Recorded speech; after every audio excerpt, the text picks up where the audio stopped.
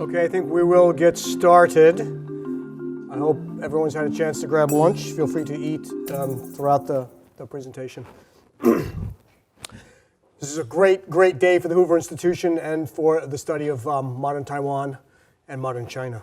Good evening, or good afternoon. My name is Eric Wakin. I'm the Deputy Director at the Hoover Institution and the Director of its Library and Archives. It's my great pleasure to welcome you all to today's event, Chiang Ching-kuo, his time and legacy in Taiwan, at which we will celebrate the opening to scholarship and to any interested readers, the opening of Chiang Ching-kuo's diaries to research, beginning in February in our reopened reading room.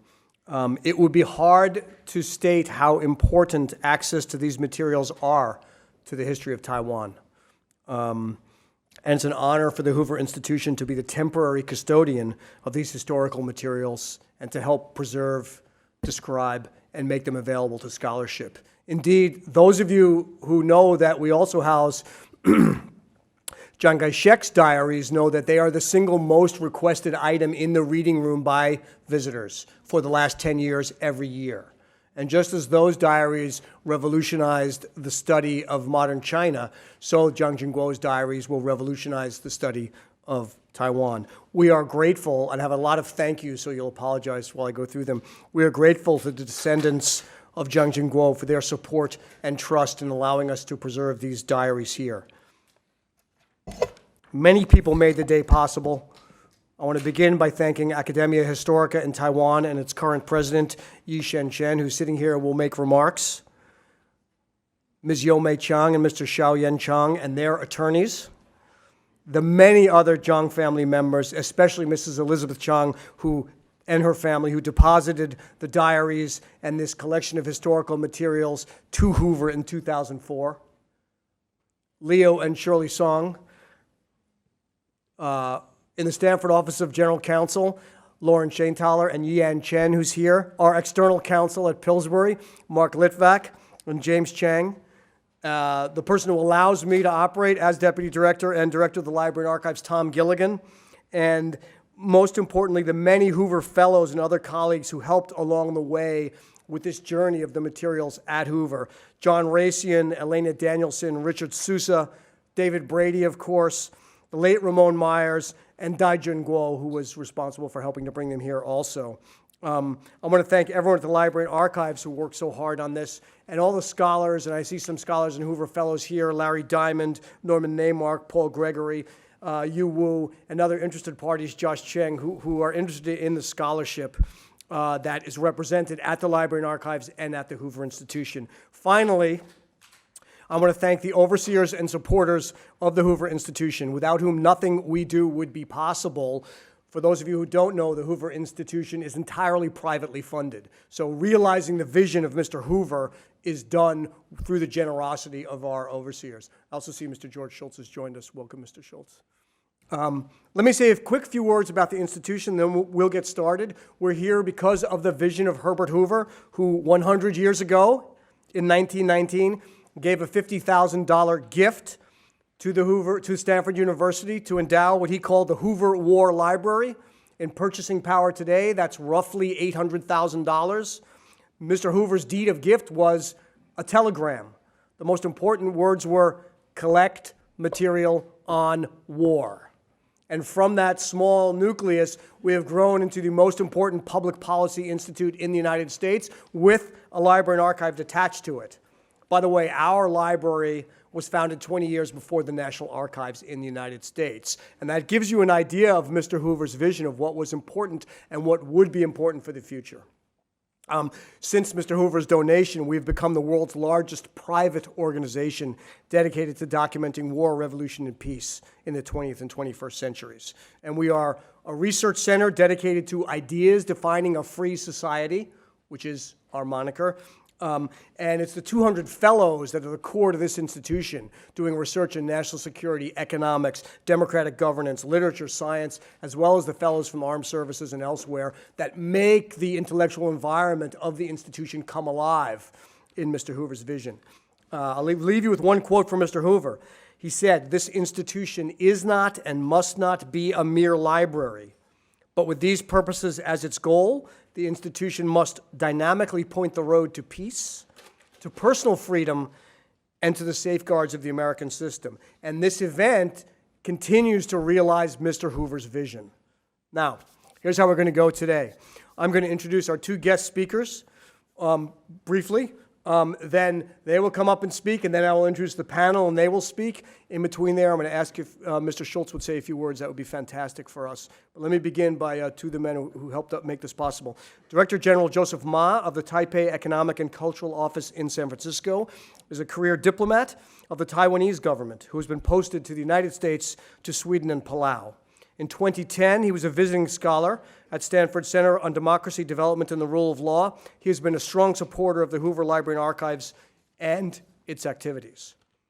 Dr. Yi-Shen Chen earned his PhD from National Chengchi University and is well known for his scholarly works on modern Chinese intellectual history and Taiwan's politics and democracy after World War II.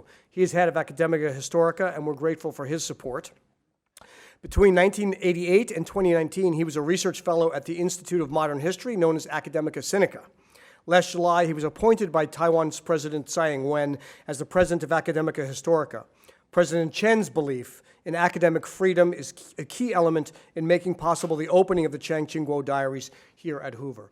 Now, these two gentlemen will come up and say a few brief words, starting with Joseph Ma.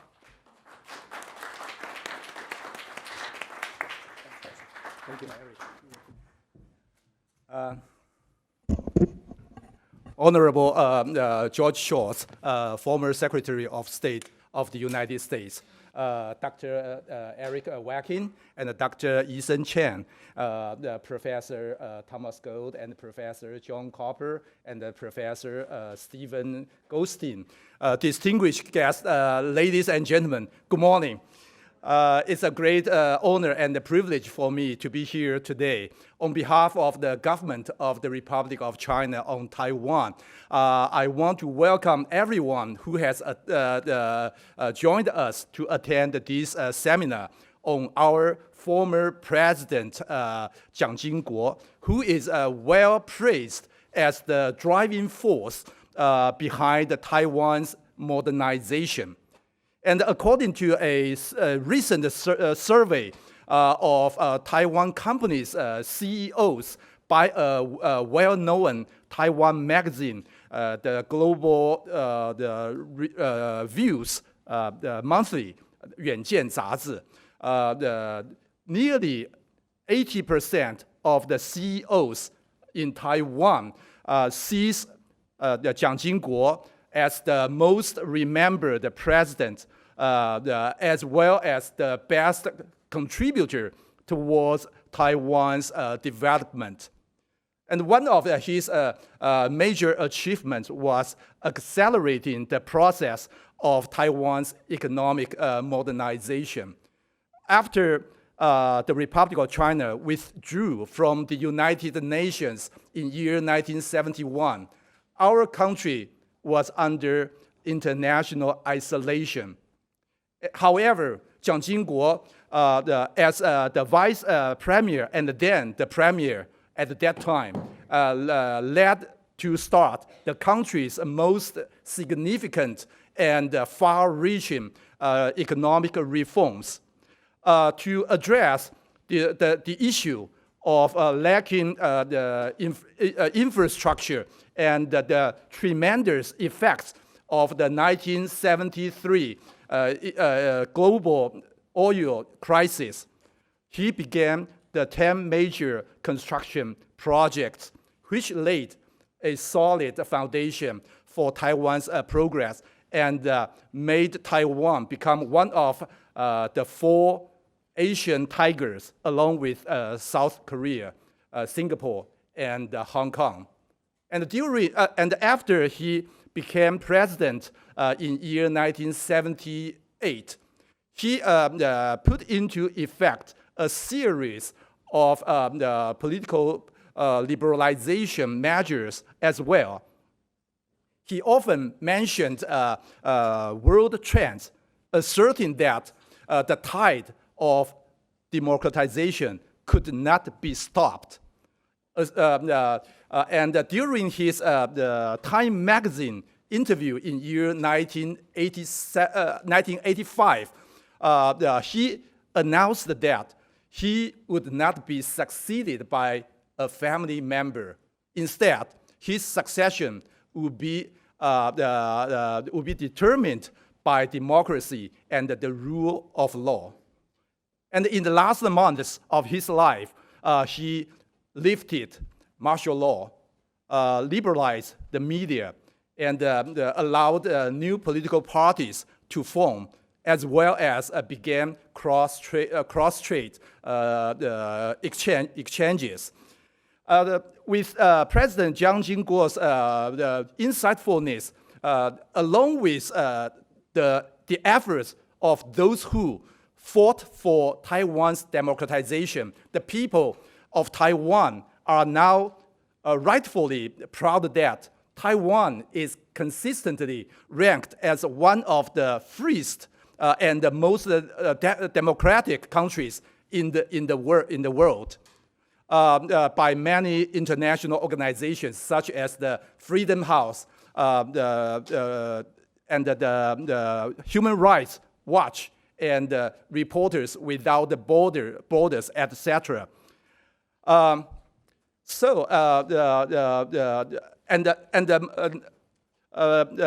Additionally, Taiwan maintains a free and open and vibrant economy, just as the U.S. Secretary of State Mike Pompeo said in his Indo-Pacific Strategy speech in July of this year. Taiwan's economic development went hand in hand with creating an open and free society that blossomed into a high-tech powerhouse. And the U.S. The Vice President Mike Pence also mentioned in his speech at the Hudson Institute last October, Taiwan's embrace of democracy shows a better path for all the Chinese people. And here, I would like to take this opportunity to thank the Hoover Institution for allowing the public to view Chiang Ching-kuo's diaries. Through this, people can get a look into Chiang Ching-kuo's inner world and understand his deepest thoughts behind historical moments and crucial political changes. So the availability of the diaries will also help academia comprehend many contemporary historical issues as well. And so I want to thank the Hoover Institution again. And I wish today's seminar great success, and all attendees have a wonderful time. Thank you very much, and have a happy holiday. Merry Christmas. Thank you very much. Thank you. Now I'm going to ask Dr. Chen and my colleague, Dr. Xiaoting Lin, who is the curator for Asia, East Asian collections, as well as a research fellow, to come and speak for a moment.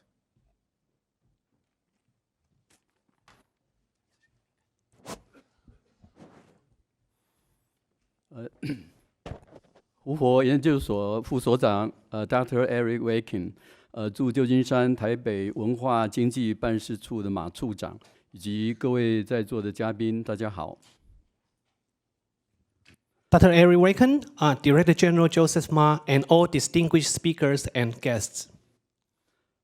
今天能在这里以台湾的国史馆馆长身份参与胡佛的盛会，共同宣布开放蒋经国日记的副本，心中甚感喜悦。两蒋日记案诉讼各造愿意抛下各自的立场，达成共识，开放蒋经国日记的副本，来推动近代历史的学术研究，对学界而言，实在是一份丰厚的礼物。 I'm honored to attend today's event and jointly announce the opening of the Chiang Ching-kuo Diaries in my capacity as the president of the Academia Historica Taiwan. I'm especially pleased to see that all parties in the Chiang Diaries lawsuit have been willing to put away their preconceived ideas and reach a consensus to open the diaries, allowing scholarly research to move forward. This is no doubt a generous gift to academic communities of modern history. 胡佛研究所档案馆是世界上收藏中国及台湾近代史料最多的机构之一。不但对史料管理具有专业，也是学术研究的重镇。我个人在1991年7月，就曾经以中央研究院近代史研究所访问学者的身份，第一次来到这里，待了5个月，利用东亚图书馆的丰富资料，研究战后台湾史。我喜欢这里的阳光、空气和美丽的校园，所以后来又有好几次短期的造访。阅读了葛超志的档案，以及后来的蒋介石日记、王生日记等等，都让我受益良多。对于贵馆档案管理的专业以及服务人员的亲切，仅在此表达敬意与谢意。The Hoover Institution Archives is the hub for modern Chinese collections in the world, and it is reputed for its professional archival management and pioneering scholarly research. I first visited Hoover in July 1991 and spent 5 months exploring Hoover's rich East Asian collections to undertake my research on Taiwan after the Second World War. The beautiful sunshine, fresh air, and beautiful campus here prompted me to come back several times in the following decades. I benefited intellectually from your archival treasures, such as the George Kerr papers and the personal diaries of Wang Shen and Chiang Kai-shek. Please let me take this opportunity to express my heartfelt appreciation to the professional staff for the great service I received at Hoover. 台湾的国史馆直属总统府，不但是学术研究机关，并且典藏丰富的国民政府时期历史档案，以及1949年以后台湾历任总统、副总统档案跟史料文物。我们的任务不但是典藏整理，而且也出版系列的专书，举办文物展览以及学术研讨会。馆内有专业的档案数位化服务，以及最先进的设备，法制化的开放应用。每年也编列政府的预算，可以永续管理。The Academia Historica is affiliated under Taiwan's presidential office. It is not only a research body, but also a rich repository of nationalist Chinese historical documents and post-1949 presidential papers. It is our mission to collect and preserve materials, publish books, and host exhibitions and seminars. We have the most advanced archival facilities and professional digitization programs available. We routinely make historical papers available to the public. And an annual budget from the government ensures the Academia Historica's sustainable management. 2004年1月，中华民国政府公布新的法律，明定总统、副总统文物是国家的财产，包括已经卸任以及现任的总统、副总统，应该把他任职期间，包括日记在内所有的文物交由国史馆管理。这也是我们这几年透过法律的诉讼，争取两蒋文物回台的原因。从2012年开始，国史馆本着最大的诚意，寻求两蒋家属的支持，积极争取文物回台。目前已经有包括蒋方智怡女士在内的8位家属继承人同意将其权利与义务转移到本馆。在此，本人对以上捐赠的家属致上深深的谢意。In early 2004, the Taiwanese government passed a new law stipulating that historical materials, including diaries, of current and former presidents and vice presidents are national properties and should be transferred to the Academia Historica. This is the reason why we are endeavoring to get the Chiang materials back to Taiwan. So far, 8 family members have transferred their rights to Academia Historica, and I am deeply grateful to their decisions. 两蒋文物的所有权诉讼是从2013年9月，史丹佛大学向美国北加州法院提起。那国史馆因为接受两蒋文物的捐赠，而于2014年成为被告之一。那2015年的4月，本馆向美国法院提出法庭不便利的申请，停止美国诉讼程序，同时本馆向台北的地方法院起诉，所以也开启了台湾的诉讼，但是到今天审理还没有最后的结果。So in September 2013, Stanford filed an interpleader action in U.S. federal court to determine the ownership of the diaries, and Academia Historica became a defendant. In April 2015, we filed foreign non-convenience and suspended the legal procedure in the United States. In November the same year, we filed a separate lawsuit in Taipei, but the trial remains pending. 今年6月，史丹佛大学向圣荷西法院申请，希望能够比照蒋介石日记，准许开放蒋经国日记的副本。本人在今年7月10号就任国史馆馆长以后，胡佛研究所林孝廷主任跟我洽谈蒋经国日记开放的情势。本人身为历史研究者，深感蒋经国日记对历史研究的重要。基于学术研究自由的价值，本人代表国史馆同意，在不影响本馆对于文物所有权争讼的前提下，由胡佛研究所以开放蒋介石日记的同样管理方式，开放蒋经国日记的副本，也给各方的学者来研究，才有今天这桩美事。On June 24th, 2019, Stanford appealed to U.S. federal court requesting the opening of Chiang Ching-kuo diaries following the practice of Chiang Kai-shek diaries. Soon after I took office of the president of the Academia Historica on July 10th, Hoover curator Xiaoting Lin reached out to me to discuss the issue. As a historian, I fully understand the significance of the diaries to scholarly research. Based on the value of academic and research freedom, I agree to Hoover's making the Chiang Ching-kuo diaries available at Hoover, as long as the decision will not impact on the right of the Academia Historica to claim its ownership of the Chiang materials. 今天很高兴受邀到胡佛研究所共同见证这历史性的一刻，很高兴有这个机会来参加这一次蒋经国先生日记开放的发布会，祝福大家耶诞节快乐，感谢。I'm deeply honored to be invited to attend this event and become an eyewitness to this historical moment with you all. I wish you a Merry Christmas and Happy Holiday season. Thank you.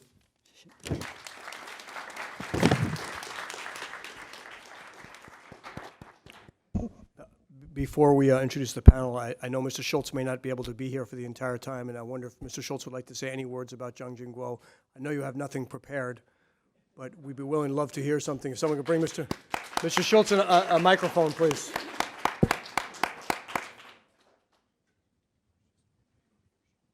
I've had the privilege of many visits to Taiwan, Hong Kong, Singapore, and China. And I've learned a lot from these visits.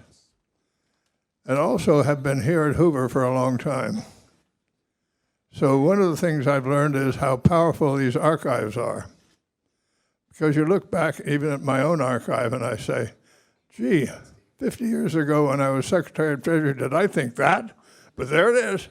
And you can't get away from it. There's a reality to these archives that is historically wonderful. And so we're very glad to have this material on China. Let me say a few words about the current situation as I see it. First of all, there have been three Chinas. First, there was Mao's China. He pulled the country together, but he ruled it in a very cruel and dictatorial way. And the Chinese economy went nowhere. Then came Wu Chi-chen. And he told me once, I know the Chinese people, they work hard, and they're very ingenious. And if you open things up at all for them, they'll do wonderful things. And he did it. But he also inherited a booming labor force, not only from the internal flows, but from the movement of people from rural to urban areas. So that combination made the Chinese economy grow tremendously. It was quite a period. Now, Xi has a different approach. First of all, the bloom has gone way off the population workforce rose. So it's not increasing. It's more or less flat. The one-child policy time has caught up with China. And that means that its rate of increase in GDP is very slow. I think the estimates that have been put out are way overstated. The Brookings Institution has had a good study of it, and that's their conclusion. So China has got that labor force problem, but Xi has also gone back to a rather dictatorial style of ruling and show the Chinese economy is not doing so well, and it has a structure of management that's very dictatorial. Now, there is Taiwan and there is Hong Kong and Singapore. Well, I'll confine myself to Hong Kong and Singapore. Although I'd have to say that Lee Kuan Yew was one of my best friends. And one of the things you find of leaders in that Asian area is they're very impressive people. But at any rate, in Hong Kong, there's now the so-called protesters. They're protesting what was really the start of a big infringement on the one country, two systems promise. And Taiwan can't help but see what's going on. The Hong Kong people are called protesters. That's not what I call them. I call them freedom fighters. And they are leading the way all over the world in fighting for freedom and joined very much by the people of Taiwan. So I think this is a very important moment. And what to make of it is a question mark, how to deal with it. But let me make some comments about my own experience with China, which makes me think we're not doing it right. I was Secretary of Treasury when Nixon and Kissinger opened China. And while I wasn't part of that process, I was very close to Henry, and I heard all about it. And so when I became Secretary of State, I was surprised to find that our relations with China were poor. And I dug into it, and I went to Deng Xiaoping and Wu Chi-chen, who was my counterpart, and I said, you put on the table everything you want to talk about. I'll put on the table everything I want to talk about. We'll make an agenda out of that, and then we'll work through it. The two of us will work through it. No publicity, nothing, just two people sitting down trying to work through problems. And it worked out very well. At one point I said to him, look, every time I come here, you put me up in the state guest house, and I have meetings in the Great Hall. So I understand China's a big country, but as far as I know, it's 2 buildings and a road. So he and his wife took my wife and I on a 1-week tour of China. It was really fun, and I learned a lot about China, and particularly the diversity that's in China. You don't realize how diverse China is until you have some experience that teaches you that. So it was very educational. Then comes the present situation, where we have, as I said, the demographics have changed, the way of governing has changed, and the Chinese economy is basically going nowhere.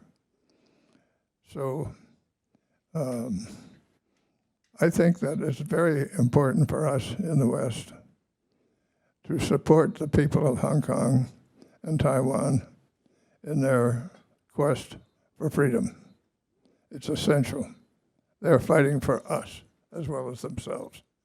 And we have to remember that and be with them and let them know so. I was glad to see that there was this bill passed in our Congress, and President signed it, and Chinese didn't like it, but there it is. Now, let me give you 3 experiences that tell me that all is not lost with Xi. We used to have a track too, Henry Kissinger and I. And we were in Beijing, and he had been identified as the next president, but he wasn't in office yet. And he gave a dinner for us, and I sat next to him at dinner. And I said to him, on your way to Washington, I knew he was going to Washington. On your way to Washington, why don't you stop in San Francisco? We have a Chinese-American mayor who's doing a great job. A lot of Chinese there, you'll be well received, it'll be fun. And he said, well, I can't do that because I've already agreed to stop in Los Angeles. But what I'd like to do if I came that way is I'd like to go down to Stanford, because there's something going on around there that you call Silicon Valley, and I'd like to find out about it. And the only way to really find out about something is to talk to people. You can't just read about it. I was interested in that instinct on his part. Then there was another occasion, the Sunnyland Summit, maybe you remember that, during the Obama period. And he sent word that he was coming a day early and bringing his wife. My wife, Charlotte, gets an SOS from the State Department. When she go down to Orange County, where the President of China would land and help out, she gets down there. There is no high federal official there to meet the incoming President of China, nobody. So Charlotte sends an SOS to Jerry Brown, who was our governor, so somebody comes and meets him. The President of China cools his heels for a day. First Lady says she can't come at all. So Charlotte entertains the First Lady. I said, what's she like? Oh, she's a beautiful woman. She's so stylish. She's interested in everything. She's fun to be with. She has an operatic quality voice, so they have to keep her stage appearances down or she'd be more popular than her husband, but a real winner. And so this is not just a missed opportunity. This is a deep insult. And probably everybody here knows the Chinese people better than I do, but one thing I know is insults are not the way to get along. Then we had another occasion where our tractor was meeting in Washington, and the top Chinese person there got Henry and I aside, and he said, we are worried about the nuclear weapons program in North Korea, and we'd like to work with you on it, quietly. We can't have a big public thing, but we're going to privately with just some key people and see where we might go with it and where we'd wind up. So we told that to the Secretary of State, and the next thing I know, about a month later, I see him leaving Beijing, pounding his chest, saying, I've just got an agreement to work on North Korea with the Chinese. I said, oh my God, you don't get it. The way you do this work is quiet. One of the things that really drives me nuts in this present impeachment business is it seems as though every conversation you ever had should be subpoenaed. And if you can't have a private conversation anymore, the wheels of progress will stop. You got to be able to have it. Anyway, these are things that make me think if we went about it right, we might get somewhere, because the Chinese need help now much more than they seem to give the impression that they do. And if we're ready to do that, we might be able to rearrange the scene somewhat. But in the meantime, it seems to me essential to hold up the flag of purpose and freedom for Hong Kong and Taiwan.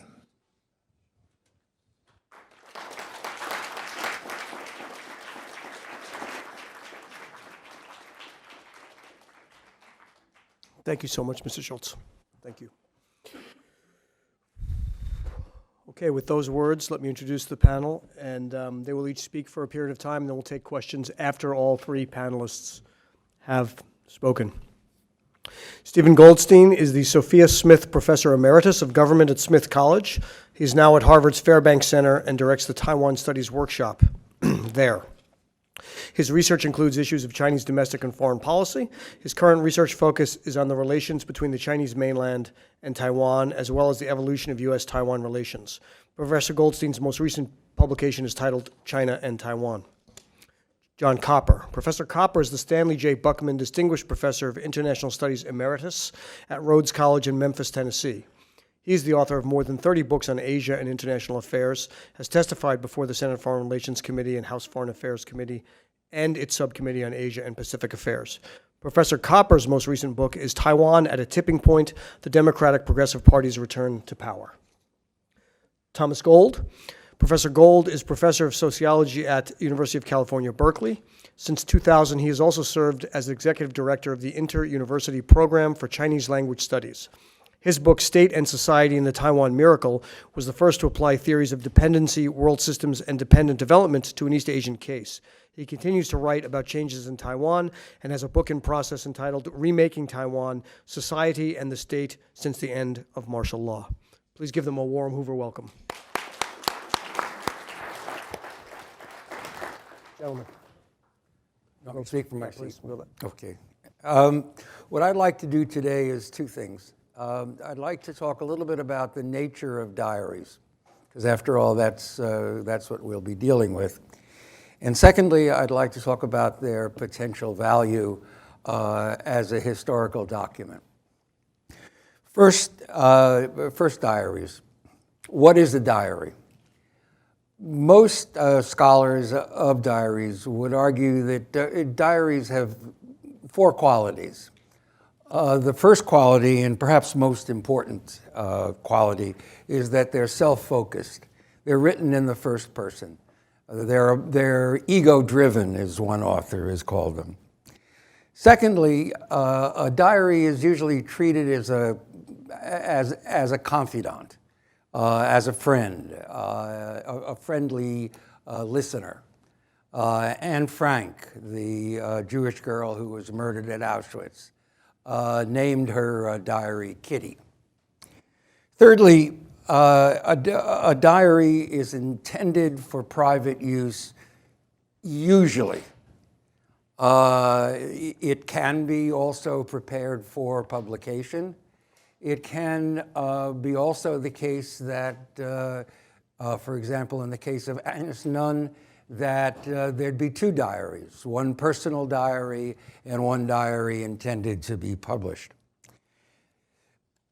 Fourthly, and I think most importantly, a diary is not meant to be retrospective.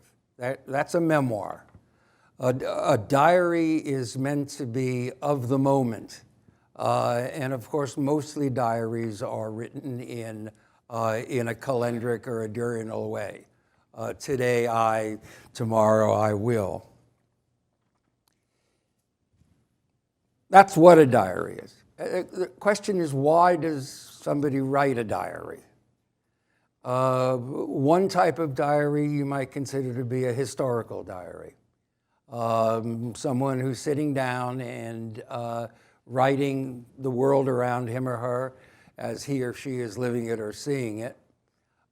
Samuel Pepys's diary, for example, has elements of historicity in it. But secondly, a diary may be also a vehicle of personal improvement. In the 19th century, for example, the diary was really mostly a confessional, where I went wrong, how I can improve myself, and it has that sort of self-preoccupied, improving quality. Or it can be a combination of both. And most diaries are a combination of both. So if you put the what of a diary together with the why of a diary, I think you come up with one very important conclusion. And that is, a diary is anything but an objective source.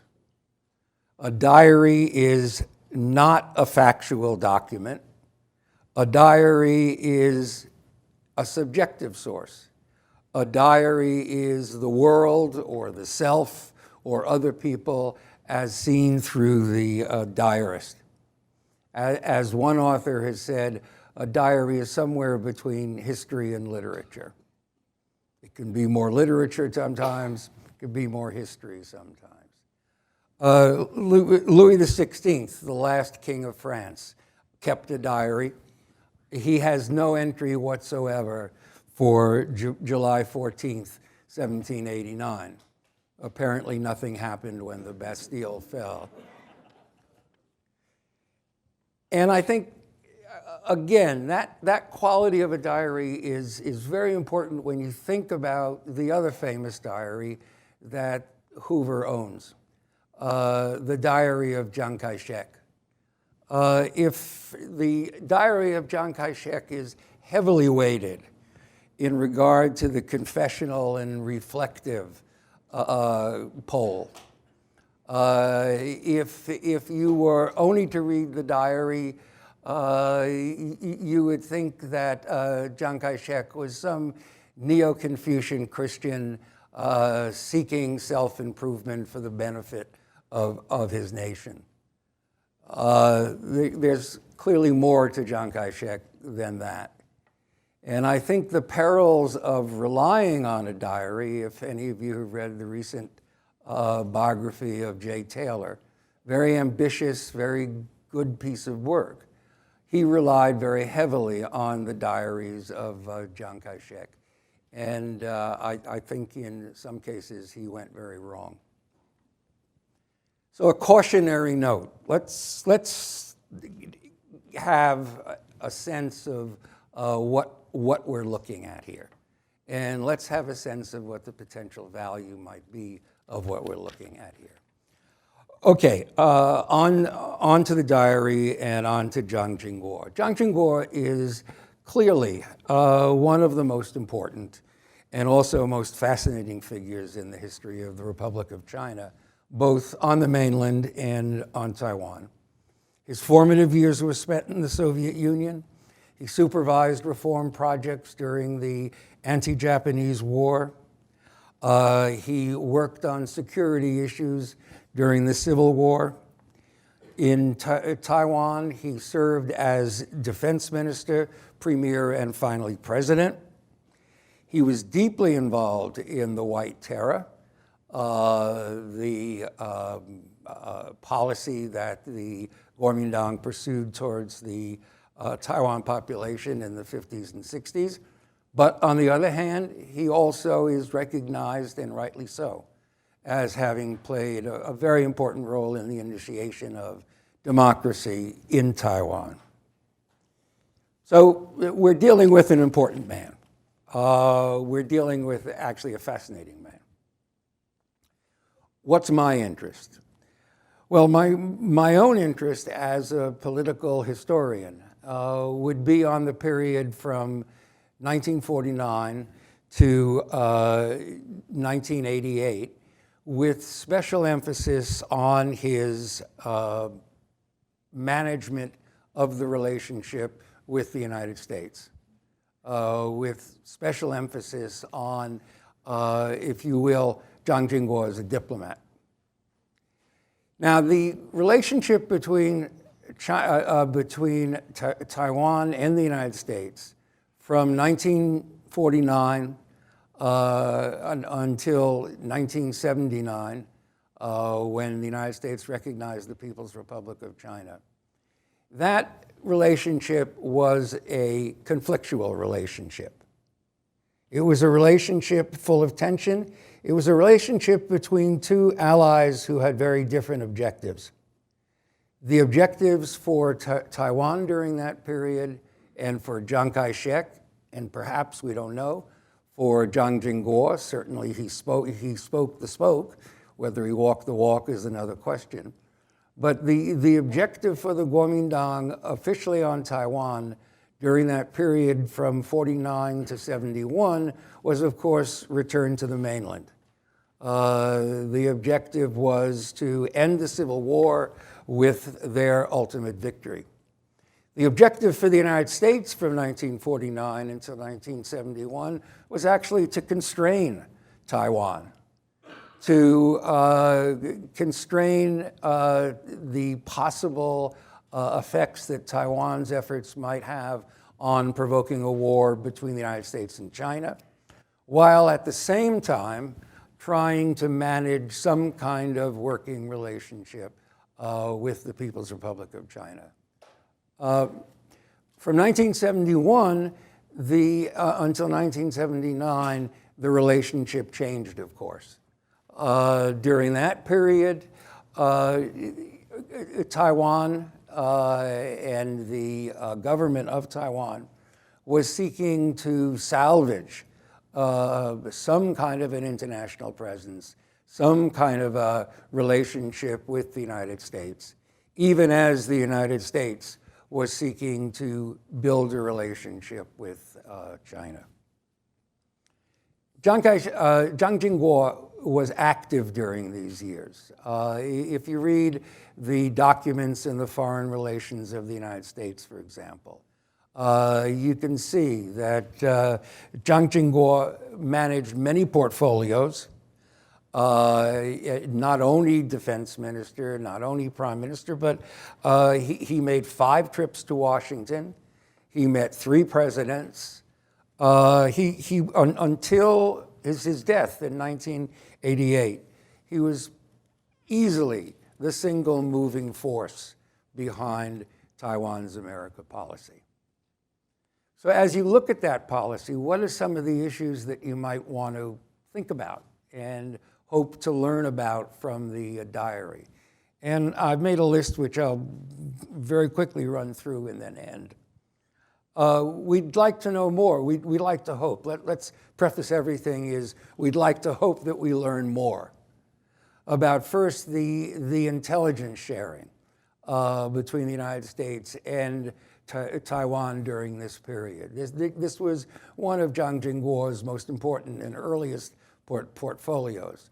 We know a little bit from Ray Klein's writings, but there's a lot more. Secondly, we'd like to know the extent to which Chiang Ching-kuo subscribed to the effort to return to the mainland during a time when others in the leadership were losing hope. There are hints in the foreign relations documents that maybe Chiang Ching-kuo was more realistic in terms of expectations of what could be achieved with the mainland. Thirdly, we'd like to know his impressions of the 3 presidents that he met and of the many cabinet members that he met. Fourthly, we'd like to know how much he actually knew about American efforts towards normalization during the period 77 to the ultimate end in 79. How well informed was Taiwan? There are suspicions that they might have been better informed than we thought. What were his expectations for a new relationship with the United States that would emerge after normalization? What can we learn about the factionalism in his government? The papers of Wang Sheng are here at Hoover. Wang Sheng was a major factor, or a major faction himself, a one-man faction in Chiang Ching-kuo's government. What about the Liu Xiaokang office, which was the shady office in Chiang Ching-kuo's government? Finally, of course, the question of Taiwan's nuclear option. Will we learn more about the program that Chiang Ching-kuo headed to develop a nuclear weapon? So I have great expectations. I have great hopes. But I also have realistic expectations. Given what we know about diaries, given what our experience has been with Chiang Kai-shek's diaries. So I would caution not to have too great expectations. Until they're opened, we won't know what the balance is between personal reflections and commentary. We'll have a good picture, perhaps, of what Chiang Ching-kuo was thinking. We might have a good picture of what he wants us to think about him.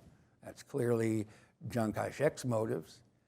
But one thing that we must do is to keep in mind that, I repeat it again, the subjective nature of these diaries, and we should use them only in conjunction with other historic sources and other historic documents if we expect to get a complete and hopefully true picture of the period when he was a dominant political personality on Taiwan.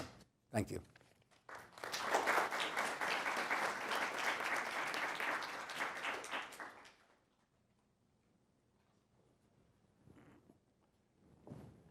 going to stand up, I think better stand.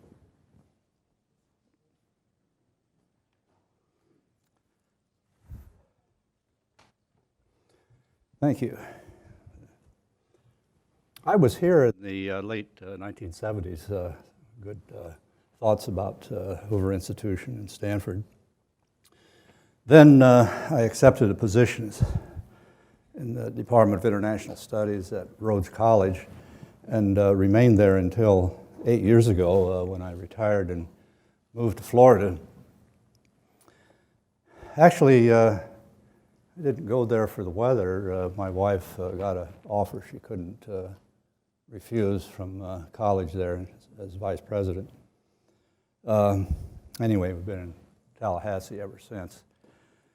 It's actually not a large city, particularly being the capital of the third largest state in the United States.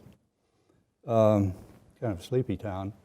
And when we moved there, we lived at the edge of the city. One of our neighbors told us a story. He was and his wife was out for a drive, which they did almost every evening. Only this evening they drove by the local school where there was something going on, and the speed limit was changed. And he drove through it going too fast. And the police were there and grabbed him. And police officer said to him, you know, this is a school zone here, 25 miles an hour, and you were going 35. Then he said, well, I won't give you a ticket. Not that serious. Then he said, you know, we've got a new seatbelt law here. Did you have your seatbelt fastened? Whereupon the man's wife interrupted, and she said to the officer, you know, my husband's very religious about wearing his seatbelt. He always does, almost always. But just now he didn't. And the officer said, well, sorry about that, I've got to give you a ticket. Whereupon he was very upset, and he started yelling at his wife and saying some nasty things.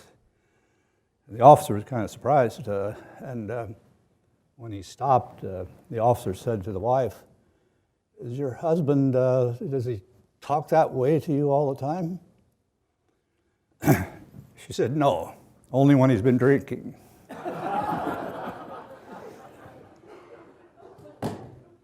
Well, anyway, about the background. Let me say something about where I come from in terms of Taiwan. I went to Taiwan the first time in 1963, a long time ago.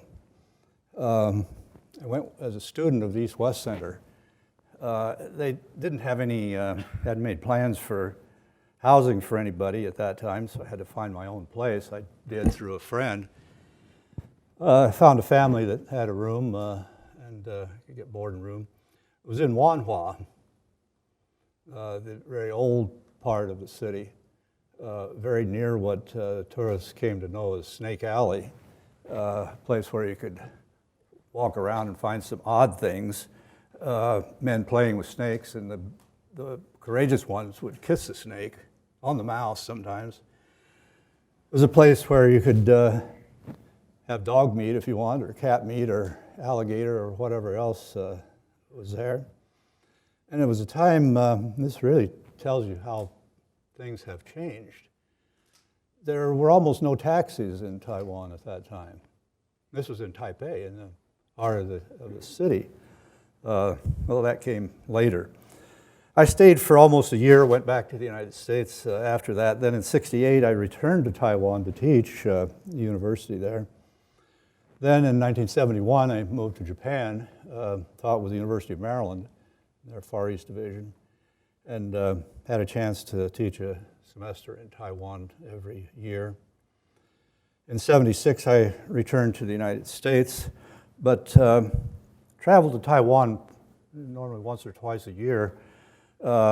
Went back every time there was an election to observe what was happening. That was a very interesting experience doing that, and to talking to people, what about the election? And at that time, people were really, really interested in democracy. Well, shortly after this, Chiang Kai-shek passed away in 1975. His son, Chiang Ching-kuo, assumed power when he died. We all knew him as CCK. He had control of the party and the military and the police and intelligence organizations. But there's one problem, and that was the Constitution. When the president passes away or cannot function, the vice president assumes that job. That was Yan Jiagan. So you got what seems like the making of a of a crisis, a constitutional crisis, in fact. Well, we don't deal with ours very well, as just been pointed out. But the two got along very well. It was quite apparent to Yan Jiagan that Chiang Ching-kuo was really the decision maker, and that he was a temporary caretaker president. And this all worked out very well. And if you think about what CCK was in personality, he had vision. This is what I remember from meeting him and talking to people that worked for him. He had vision. He knew where Taiwan was going, or where he hoped it would go, and where he could direct it to go. And he had integrity. For the former, that meant democratization. In fact, in a few years, he became known as Mr. Democracy for having accomplished that to the degree that he did. Now, some people have said, you might think this, he wasn't prepared for this. He wasn't schooled in how to run a democratic country or in democratic procedures or constitutionalism, any of this sort of thing. He went to the Soviet Union as a young man. His father sent him there. He joined the Communist Youth League. He was involved to the extent when a crisis appeared regarding succession, he chose Trotsky, and that turned out to be a big mistake. He was sent to a labor camp, and things were miserable for him. He met a Russian woman who helped him, and they married after that. Then Chiang Kai-shek appealed to Stalin to get him back, and did. Brought him back to Taiwan, put him in a somewhat meaningful job, but didn't exactly trust him. CCK had to prove himself, which he did. He was a good administrator, he was hardworking, he was able, and that meant that when the government moved to Taiwan, he went and assumed important jobs in Taiwan. Now, I mentioned vision. One of the things he understood, and a lot of people working with democratization don't, and that is the matter of sequence. Democracy happens successfully in most cases when the economy has worked, particularly economic growth with equity, at a time when it produces the middle class.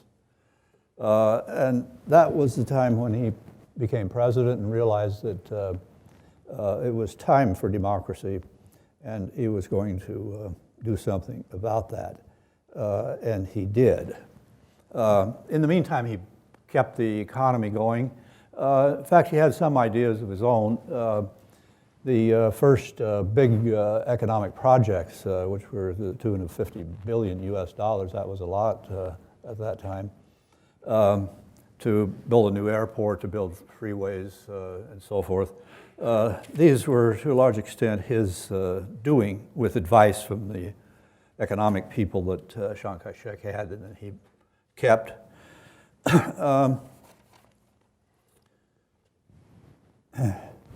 Also integrity. one thing he realized, and I think there's some concern about this in Taiwan and in China both now, the corrosive effects of corruption. He launched an anti-corruption movement, which was very successful. As I mentioned, I've met CCK a couple of times. This was my feeling that he was a very capable, very serious, and very honest person. But I heard this over and over from friends. He brought on a lot of young, especially Taiwanese, into his administration. Some of them I knew, and they would tell me things. One was that CCK would grab him at the end of the day and say, "Come on, let's go for a ride." And they got the car and drove around around the city. And CCK would ask the young man, he said, "If you see a really expensive house, let me know. Somebody living very lavishly." And then he would say, "Find out who that is. If he's a government official, have him investigated." Not only that, but he made the civil servants put their telephone numbers someplace where somebody could find them, made them work hard, made them think of themselves as public servants, which was new. He'd go out in the countryside, sometimes on the weekends, see what the farmers were thinking, talk to them, ask them. So he had a sense of the attitude of people toward what he was doing. Now, as Professor Goldstein has mentioned, he passed some reforms and is probably best known for these things. One, he ended martial law.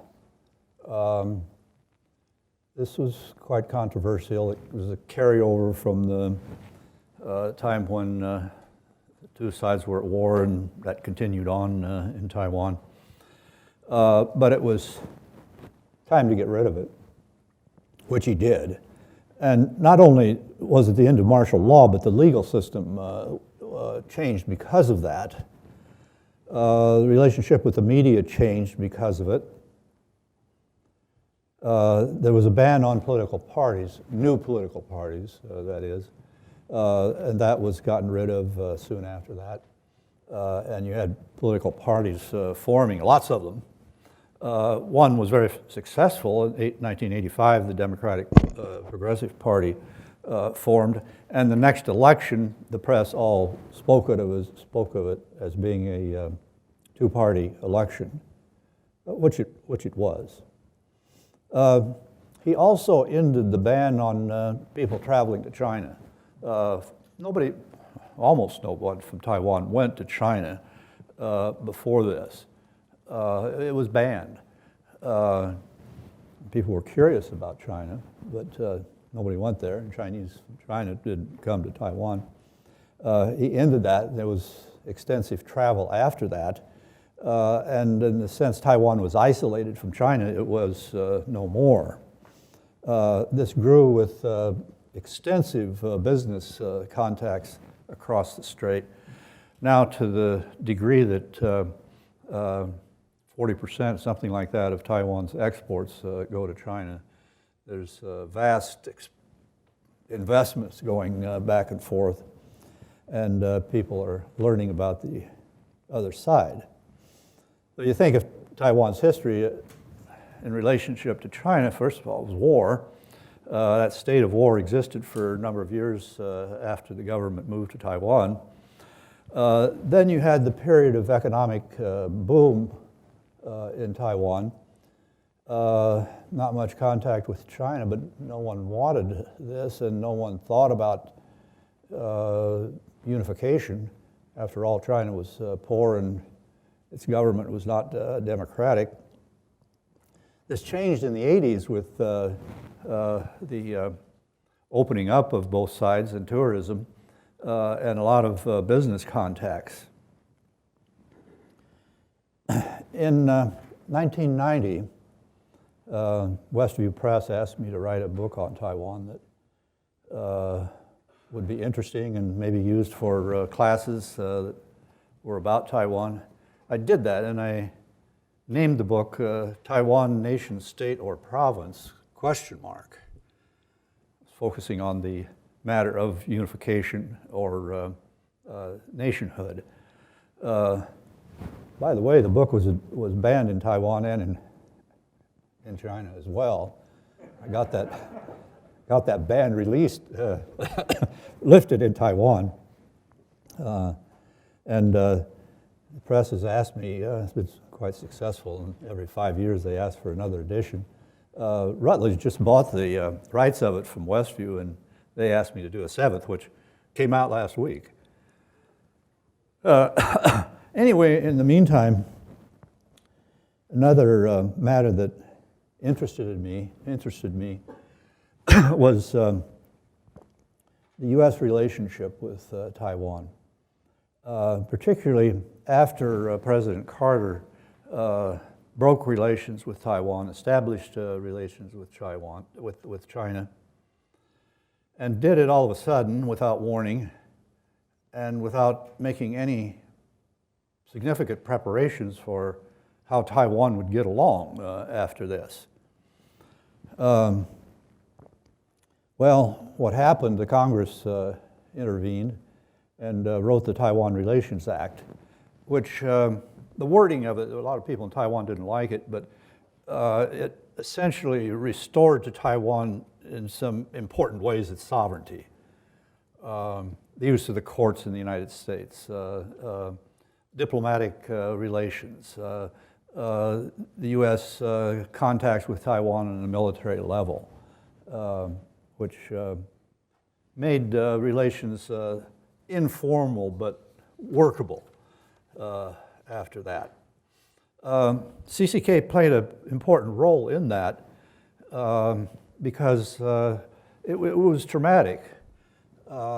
When that happened, Taiwan was in shock. And he told them, well, we have to make the best of things. It's tough. We've dealt with tough problems before. And we need to maintain the good relationship with the United States that we've had. And Taiwan did that. The United States pursued it too. Well, way of conclusion, you're probably impressed with the fact that I thought CCK was a very good president. Well, I would say he's the best that Taiwan's had. And I'm not alone in that. There have been public opinion surveys in Taiwan asking the question, who has been Taiwan's #1 or best president, or which you like the most or favor the most? It's been CCK, easily. Well, finally, I have to agree that Hoover getting his diaries, his other papers, is a coup, I think. What else can we say? Okay, thank you.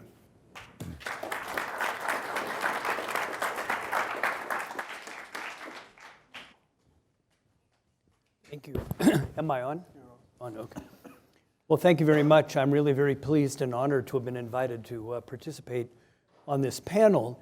I should have mentioned in my bio that I was a national fellow here at Hoover in 1988-89, which is a very important year in terms of global politics, and I fondly remember my time here.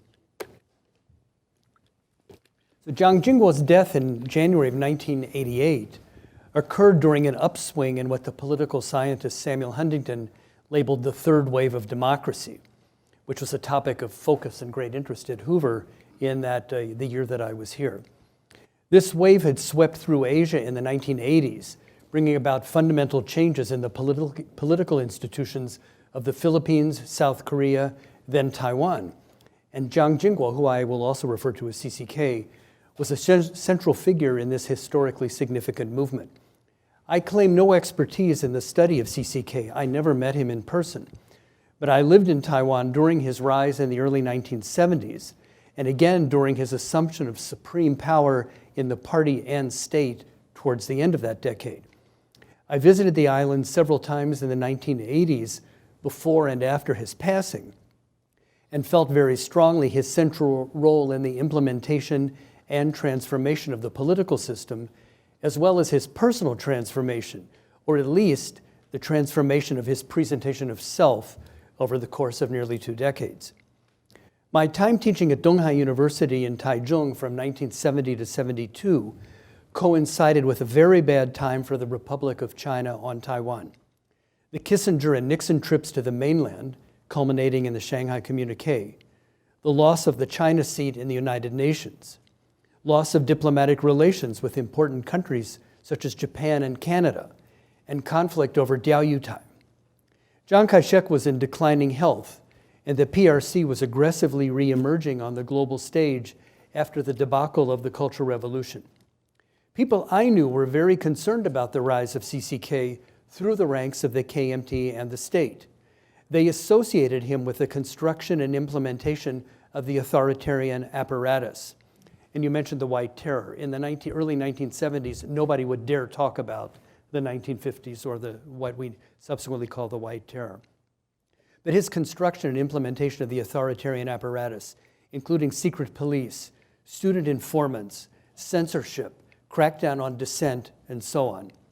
Although he was instituting reforms such as supplemental elections for the Legislative Yuan and the National Assembly, as elderly representatives from the mainland began to die off, and recruiting Taiwanese into important positions in the party and local governments, the general sense I got was a malaise and pessimism about Taiwan internally and the Republic of China on the global stage. Soon after I returned to Taiwan in the summer of 1977 to conduct a year's worth of research for my dissertation on social and economic changes, the largest popular protest since 1947 took place in Zhongli over the outcome of the election for the magistrate of Taoyuan County. The rest of that academic year that I spent in Taiwan witnessed the rise of the Dangwai, or the non-party party, that is not the KMT, because forming new political parties was prohibited under martial law still in effect. That year also witnessed the emergence of the so-called Xiangtu Wenshui, or nativist literature, which explored the lives of common Taiwanese, mostly from the bottom of society. And it was also a period of a cat and mouse game, of dissidents trying to publish magazines and newspapers to get their message out to the public during this period of continued martial law. Looking back on this 40 years later, it's hard to capture the excitement and concern, especially of young people, about the possibility of real change occurring on the political front. The assumption that Taiwan had no politics, or that politics is dangerous, was being challenged quite publicly. CCK seemed to be all over the place.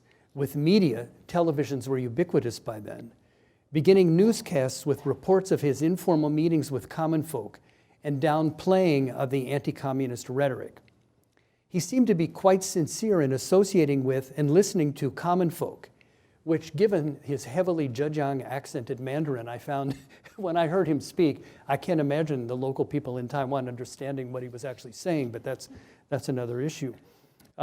Anyway, a great departure from his austere and aloof father, and it made a deep and positive impression on me.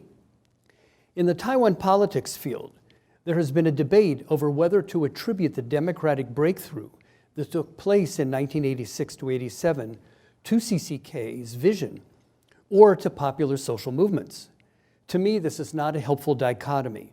It was obvious that society was undergoing fundamental changes throughout the 1970s with an improved standard of living, high degree of education, and knowledge of the outside world, although the authoritarian political system laid a heavy hand on any efforts to ask deeper questions about the necessity of martial law and the concentration of power in the hands of the percentage-wise small mainlander elite. It was also obvious that for all of his listening to the masses, CCK was not about to yield power easily or quickly. Let's not forget the 1970s and 1980s also witnessed the Meilidao incident, which was 40 years ago last week on Global Human Rights Day. and the subsequent trial and sentencing of much of the Dangwai elite to long prison terms. This was the period also of the assassination of Henry Liu here in Daly City, the cancellation of the 1978 Legislative Yuan and National Assembly elections, and continued cat and mouse efforts to agitate for reforms but suffer shutdown. In the fall of 1986, I was retained by Channel 26 in San Francisco to help on the production of a documentary on the role of land reform in Taiwan's development, which was the documentary was called Taiwan Winds of Change. Upon arrival at the airport immigration, I was taken to a side room and asked what I was planning to do in Taiwan. I answered honestly and was allowed to enter. During that trip, I also managed to visit some of the former Dangwai leaders who, just before I arrived, had established the Democratic Progressive Party and were not arrested as they had expected or feared. When I returned to the airport to leave, I was taken off the plane and told, quote, "An important person wanted to see me. Wait here." I waited at the gate as the crew became increasingly anxious about departure time. In the end, they just told me to get back on the plane, and I had to parade past unhappy passengers to my seat in coach, without explanation as to who wanted to see me or why. I think it was to let me know that the powers that be had an eye on me. I was not on the blacklist, I was on the gray list, I think. Also, during that period, during 1985-86, a publisher in Taiwan approached me about translating and publishing my book, State and Society and the Taiwan Miracle, in Taiwan. In the end, they said it was too sensitive and they could not publish it in Taiwan at that time, 1985, 1986. But my next trip was in the summer of 1987 for a conference at Taida. Martial law had just ended. Entry was without incident, and I couldn't believe the openness of the discussion about Taiwan politics at that conference. To me, it was obvious that there had been suppressed political aspirations for a very long time that could now be expressed publicly. But it was also clear that CCK had made the decision to allow this to proceed through a process of negotiating with the leaders of the DPP. So the breakthrough was a dialectical process that was not without violence initially, but in the end proceeded surprisingly smoothly. I'm sure that CCK never anticipated that the Kuomintang would actually ever lose the presidency or a legislative yuan majority in an election, or that the KMT would be in the state it is in today, but such is the nature of democracy. Since 1989, I have observed around a dozen elections for various offices in Taiwan, up to and including the president. This, of course, is all after CCK passed, but I think he also deserves credit for his role in supporting decades of local elections that provided experience with campaigning, voting, and accepting the outcome, all critical for the ongoing institutionalization of democracy on the island.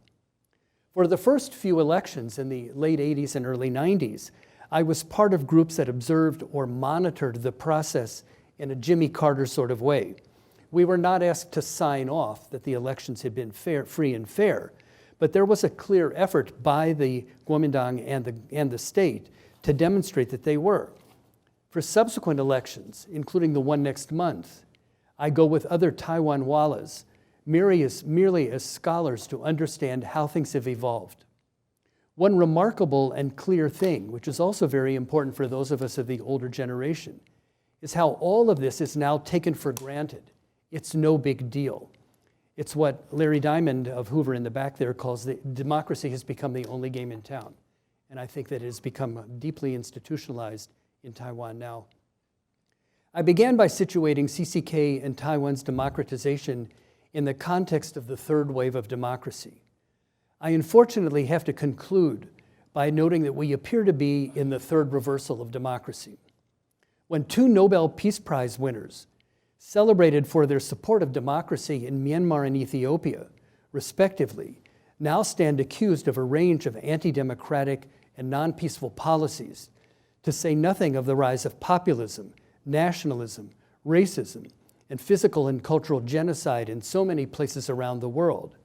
It makes CCK's decision to open the gates of inclusive democracy and to accept surprises all the more significant and unprecedented.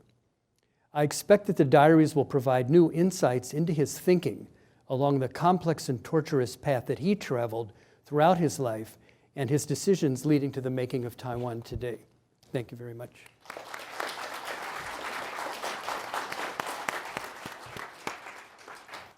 Thanks. I want to give people time to ask any questions. Larry, I don't want to put you on the spot, but you want to make any remarks at all from the back there?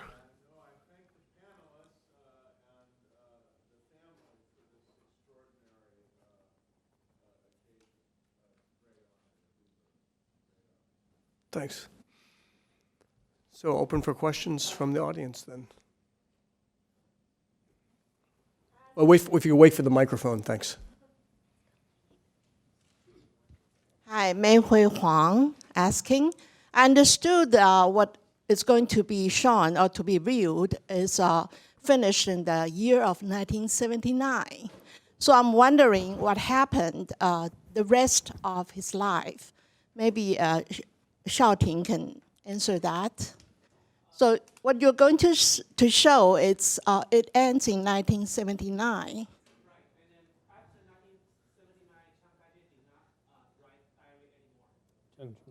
Oh, CCK didn't. Yeah, he didn't write, and nobody knows why. But I did some research into his chronological life years. I found that in January 1980, he had a surgery on the 射护线, prostate. So I think health might be the main reason why he stopped writing. Okay. Nobody knows. Thank you.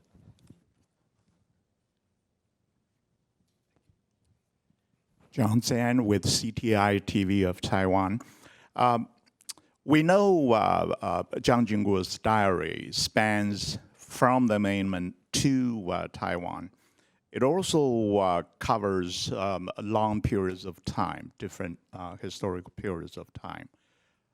I was wondering whether, what kind of source of reference would it serve today for the rulers both on the mainland and in Taiwan?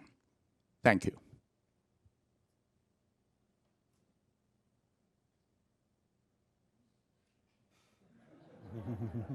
How do you want to do this? Why don't you start and we can go right to left. I don't know if everybody has to chime in on everything. But, yeah, I think one of the things I was trying to stress in my presentation was in my initial experience in Taiwan in the early 1970s, Chiang Ching-kuo was seen as at least the people I was associating with, in a very negative light. But by the late 1970s and then proceeding through the 80s with bumps in the road like Mei Li Dao and so on, the presentation of him changed very dramatically. And one of the questions was how much of it was good media and how much of it was a sincere transformation of this man himself. And many people say that his experience in the Soviet Union made him more attuned to the vision, to the aspirations and the lifestyle of common people. And with the rise of standard of living and so on in Taiwan, he was able to finally implement the kinds of things that he had wanted to do all along.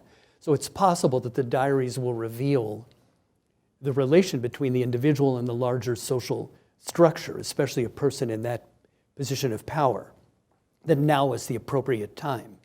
And I think Eric, I forget who mentioned this, the idea that, or maybe it was John, that with a lot of theories of democratization are that from Seymour Martin Lipset, who was one of Larry's advisors and was at Hoover for many years, that when you have a certain level of standard of living, urbanization, education, and so on, it provides a great possibility for a democratic transformation. And Taiwan is a very good example of that, reaching that level. And one of the critical things that we can possibly learn from the diaries is CCK's thinking about this. And I'm sure he was aware of a lot of these kinds of theories that were going around, and realizing that it was by not ending martial law and by not providing the opening for democratization, he was doing a disservice to the people of Taiwan and possibly to the people of China as well, that Taiwan was supposed to be free China and serving as a beacon for Chinese people throughout mainland and Taiwan and so on. So that I think a lot of it, it's a reference that, people, you could be seen as a redemption, that people are capable of change, of being redeemed. It could be that the time is right when perceiving it. But one of the things, again, I was also trying to stress that I think we'll see whether he really was a visionary, right, and was able to perceive that the time had come. And there are also people who say that he was also concerned about his own legacy, and that by doing this, his position in history would be much greater and more positive than it would be if it was based purely on many of the things that he did on the mainland in the earlier years in Taiwan. Anyone else on the panel want to address same question? Sure. One thing I've always felt about CCK is that he had no background in democracy, but didn't seem to need one. Having a vision, knowing what was needed, and the timing seems to me made that unnecessary. One thing he understood in the process of democratizing a country is that you have to get rid of corruption. Now, I made the point that democracy follows growth in the gross national product to a point, especially if it's growth with equity, to the point where you create a middle class. That's true. I think that's very necessary as a precondition for democratization. But economic growth is also a precondition for corruption. Lots of money makes corruption easier. And there's a contradiction there. You have to deal with that. Also, I think from my study of CCK and what he did and said, he was thinking of Taiwan as a model for China, becoming a democracy. Well, has he succeeded at that? Well, so far not, but that may be different someday. That's all I have. I'd actually disagree with that. I think it is a model for China, and that's one of the things they're very nervous of. They're very scared about, the Chinese leadership. Anyway. Me or him? What I think is that, so what Secretary Schultz was talking about is Hong Kong, what's going on in Hong Kong, and then what's been going on in Taiwan. I think that Xi Jinping and the leaders on the mainland are very nervous about the implications of that. Now, on the one hand, the implications about mass demonstrations and democratic transformation and what the implications would be for a one-party system. On the other hand, it seems that the leaders in Beijing have been able to present what's going on in Hong Kong and some of the electoral chaos in Taiwan as a cautionary tale. That this is chaos, you don't want this. See, this is what happens when you have this kind of a democratic, so-called democratic transformation. So I think on the one hand, they're nervous about the possible implications and are doing everything they can to try to present it in a negative light. I didn't mean to interrupt. Sorry. Yeah. Sure, yeah, of course. I think the diaries will be a Rorschach test on both sides of the strait. Don't forget, Taiwan now is in the middle of an extended re-examination of the White Terror period, of reparations, of Kuomintang, seizure of assets, and those people who are unsympathetic to that period are going to, I'm sure, draw from the Chiang Ching-kuo diaries justification for the anger at what occurred during that period. Those who are on the less negative side, the Kuomintang side, will see Chiang Ching-kuo as the father of democracy. On the mainland, it depends. The mainland has recently been inclined to treat the Kuomintang with greater understanding, with greater recognition of its historical role. And I suppose they'll find something in there that would be positive about Chiang Ching-kuo. And our question of democracy on the mainland, the mainland's afraid of a lot of things, but not following the Taiwan model. What they look to is the Soviet model, and their cautionary tale is Gorbachev's mistakes, not Li Donghui or Chen Shui-bian or Tsai Ing-wen's or Ma Ying-jeou's accomplishments. Quick follow-up. I think we're going to move on. I'm Jeff Wang from Radio Free Asia and come from Washington, D.C. It's my honor to join this event. My question is for Dr. Thomas Gold and also for Dr. Lin. Dr. Gold mentioned that CCK is one of the big guys during the third wave of democratization. My question is, how has the world trend of the third wave influenced CCK?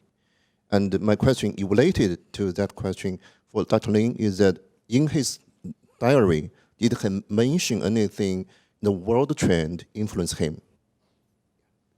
So your question was, how did the trend influence CCK? Well, again, this is, if the diary, I didn't realize the diaries were only going up to 1979, so this would be premature.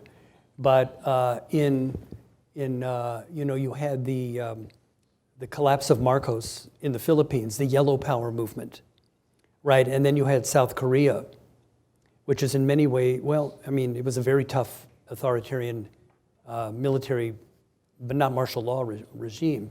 And I think that, I mean, again, I can't read his mind, and we don't have the diaries, but I would think that he was very aware of what was going on.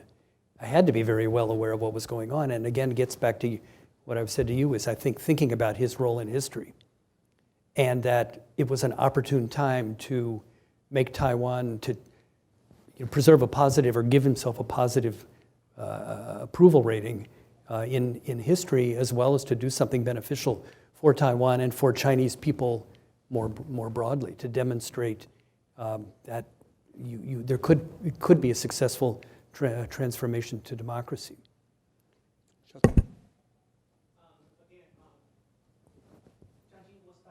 His diary starting from 1980, so there's no way we know how he reacted to the third wave in the 80s.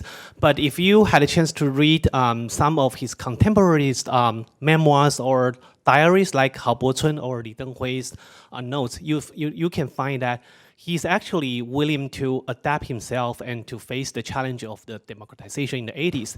I recall in 1985-87, when Chiang decided to launch the democratization in Taiwan, many party veterans, they still hesitant about whether Chiang Ching-kuo was true or not. But it turns out that he was sincere. His intention to democratize Taiwan, looking in retrospectively, it seems that he was sincere and he was willing to face up the challenge. Question It's okay. is for Professor Goldstein, and you were talking about the nature of the diary. I'm just curious about, like, the diary of CCK and Jiang Jieshi, the proportion of their private life, and talking about the member of the family. What is the value of this proportion of their diaries? It depends on what you're looking for. Of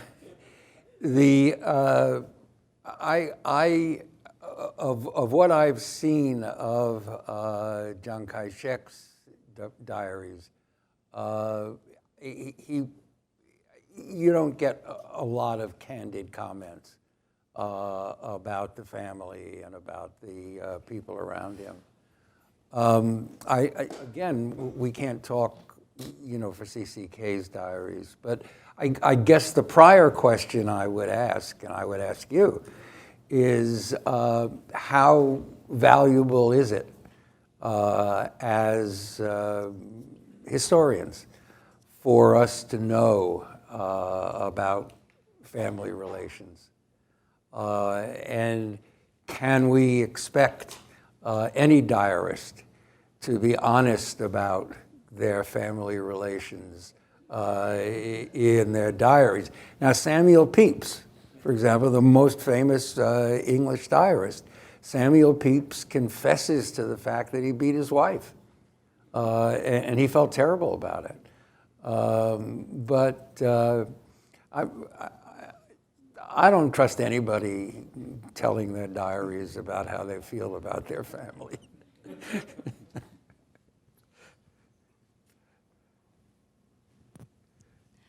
I'm Jean Aitchison, a local resident interested in both China and Taiwan and the relationship between them. During Chiang Ching-kuo's presidency, he has been under pressure from China to unite, with China. And he has been resisting that strongly. So I wonder his democratization of Taiwan has something to do with empowering the people of Taiwan to resist reuniting with China better.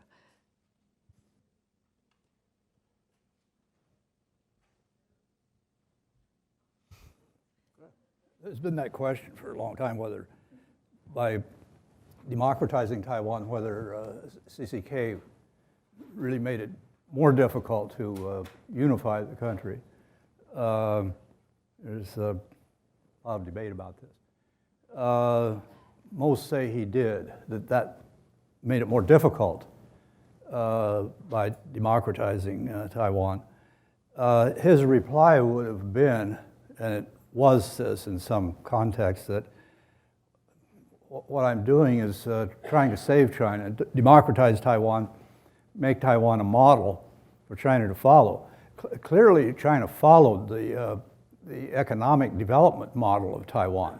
They never said so very much because there was reluctance to do that. But, the Four Dragons, they were all models, but Taiwan was more a model for China in terms of their economic development than any other country. Unless you go back further to some of the initial ideas about it that came from Japan, with the more recent information and the plans for economic development came from Taiwan. Yeah, I don't know if it was an intended or unintended consequence of that policy. But I know, because many of my friends, when I was especially teaching in the early 70s, many of my students were children of mainlanders, and they would invite me to visit their homes, and their parents were very nostalgic for the mainland. And one of the things that Chiang Ching-kuo did, of course, was we could call it Taiwanization or Bantuhua of a lot of positions, not just at the local level, but say Li Denghui, of course, the main example of that, of bringing Taiwanese higher and higher into the administration of the state and the party, recognizing that the chance of going back to the mainland, conquering the mainland, was not really viable at that time.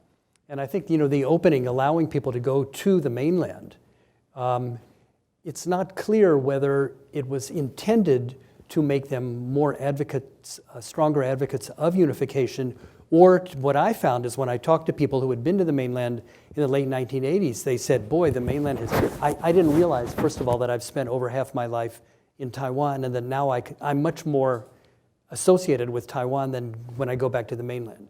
And it's another aspect of my life. And especially in the late 80s and through much of the 90s when they would go back and visit their relatives, they were turned off because their relatives just said, how come you didn't, you're so rich now. Why didn't you bring me money? Why didn't you bring me television sets? Why don't you get me to go, So there was a lot of, they were disillusioned and turned off by that. And I related to that, I think it was around 1985, I was in Dali in Yunnan. And there were two young guys there, and I said, where are you guys from? And they said, Singapore. I said, Singapore? You're allowed to come to China? And they said, oh yeah, that Li Guangyao wanted us to go to China because we would appreciate Singapore so much more And when we went back, we would say, oh, I'm so glad that. So I don't know if that was what his thinking was on that, but it's certainly possibly an unintended consequence of saying, you know, for even the older generation, now this is my home. By the way, some writers have suggested that what Chiang Kai-shek did was very counterproductive in terms of pursuing unification or reunification, whichever. One was his success, which by the end of his life was 10 years old and was obviously very, very successful. Success in Taiwan's economic miracle. I mean, he created that. And what did it do?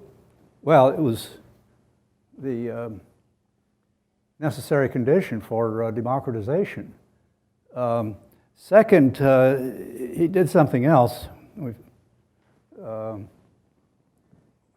talked about, and that is holding elections. He held elections in 1950, and periodically at the local level there were somewhat meaningful elections. Well, they were fake in terms of who was going to win. I mean, it was rigged that the KMT would win. But what he did in holding elections was training people how to do it at a certain time later. When democratization came, a lot of people were prepared in how to do it. They knew how to campaign, they knew how to do this and that for real, not fake anymore. And Chiang Kai-shek did that. Thank you for the opportunity. My name is Josie Chow from Central News Agency, based here. I have two questions. Like, one is, can any of you share your point of view of the movement in Hong Kong and the influence to the presidential election next year in Taiwan? And the next question is, like, the Chinese leader Xi Jinping said that he wants to develop his own version of Chinese democracy. And some researchers have said that Xi is following Mao Zedong. The others are saying that Xi is following CCK. So I would like to listen to your point of view. Thank you. I've talked too much. Well, I'm not sure CCK had a theory of democracy. CCK had a theory of liberalization of society, of reinvigorating the legal system, easing censorship. But you know, don't forget that the major reforms that created democracy in Taiwan were not CCK's. As CCK liberalized, he did not democratize, and there is a difference. One is reversible, the other is not. I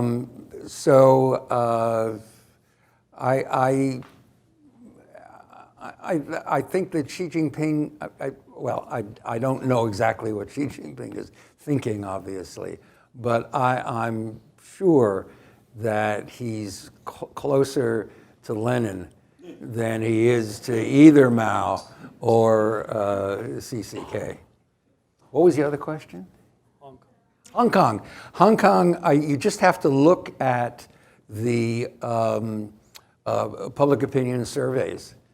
The Hong Kong demonstrations have played a major role in giving Tsai Ing-wen the advantage that she has today. But not only do the demonstrators in Hong Kong deserve some credit, but Xi Jinping himself deserves some credit in getting her better numbers, because his beginning of the year speech on the 40th anniversary of the message to the Taiwan people struck such a chord in Taiwan that it really set the stage for the reaction to Igor Yangzhi that we've subsequently seen. But she has played it well. The Kuomintang has played it very badly. They went back and forth. I met with the Kuomintang leadership 2 days after Xi Jinping's speech, and they were still trying to salvage the viability of the 1992 consensus, which was by that time very clearly a dead letter as far as the Taiwan public is concerned.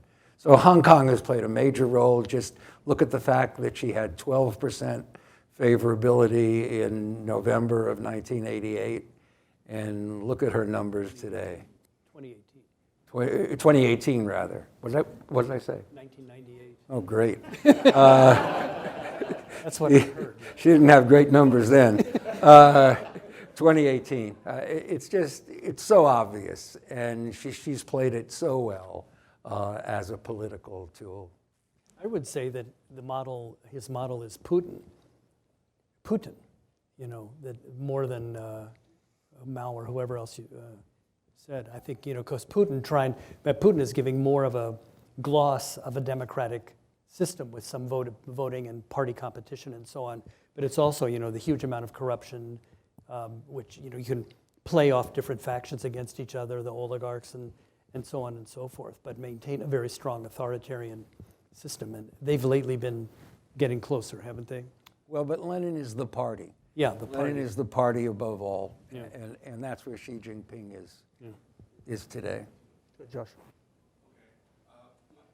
My question was slightly different from the one that she mentioned, but I want to put a little new twist. This is Josh from Beijing. So my question, I want to pick the Thomas Gold, Professor Gold, that in China, there is some sort of wishful thinking by some people that Mr. Xi Jinping eventually will follow Mr. Chiang Ching-kuo's footsteps and bring the democracy and freedom back to China. Now, by comparison to two people's their background, they're all from a high-ranking officials' family. When they were young, they suffered or experienced, then they eventually reached to the top. And maybe the first initial stage will involve some white terror that eventually will change. Do you think this wishful thinking make any sense at all? Well, we'll have to see the Xi Jinping diaries. Maybe Hoover can get. Can you get them?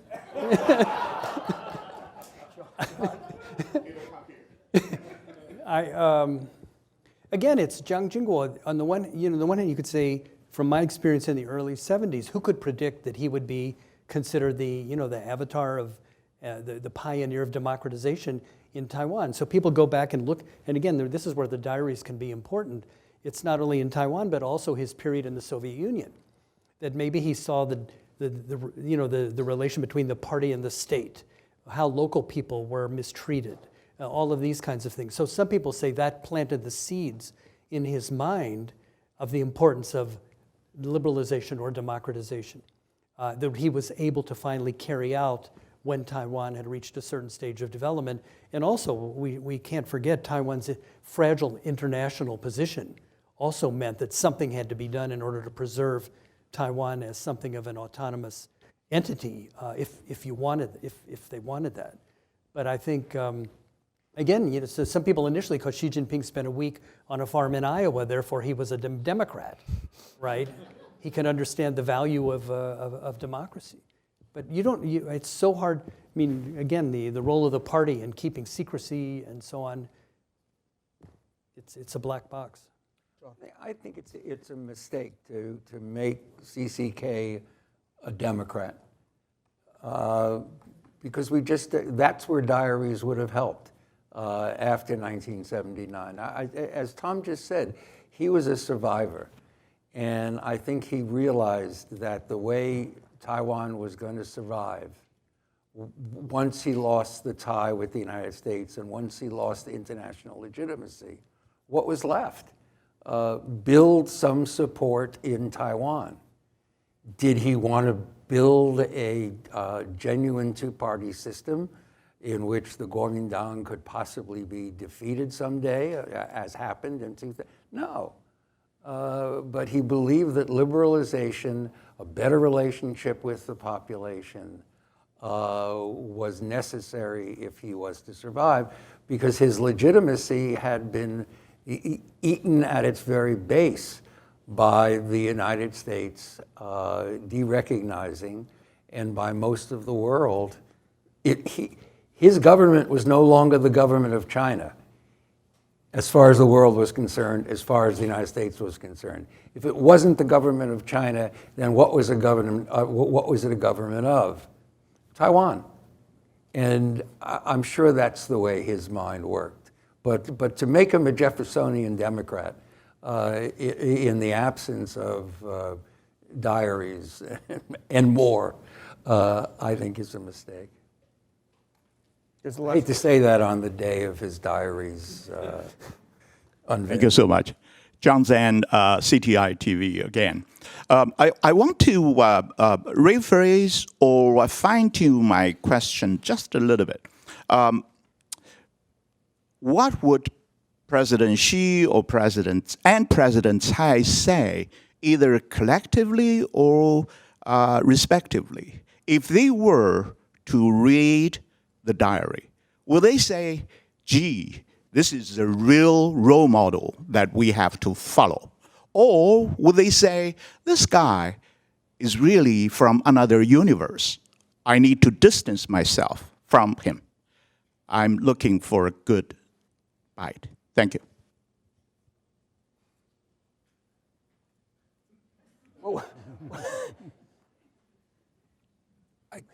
I don't know what to say. I don't think either one of them is probably that interested in CCK, frankly. Why would the mainland care? Unless they wanted to make some gesture towards Taiwan and say that the publication of the diaries of this great Chinese patriot who blah, blah, blah, blah, blah, blah, blah. But again, it depends on what they want, and the diaries will be used. My guess would be that President Tsai would be using the diaries for whatever they say about the 50s and 60s, and as more evidence of the nefarious actions of the Kuomintang, and more reason for why its property should be confiscated, and et cetera, et cetera. That's what she would find. Thank you. I'm going to close by saying everyone will know what the interpretation of the diaries will be as people read them starting in February and then over the next 10, 20, 50 years. So I want to thank our panelists so much, our audience, our guest speakers, and our fellows. Thank you so much.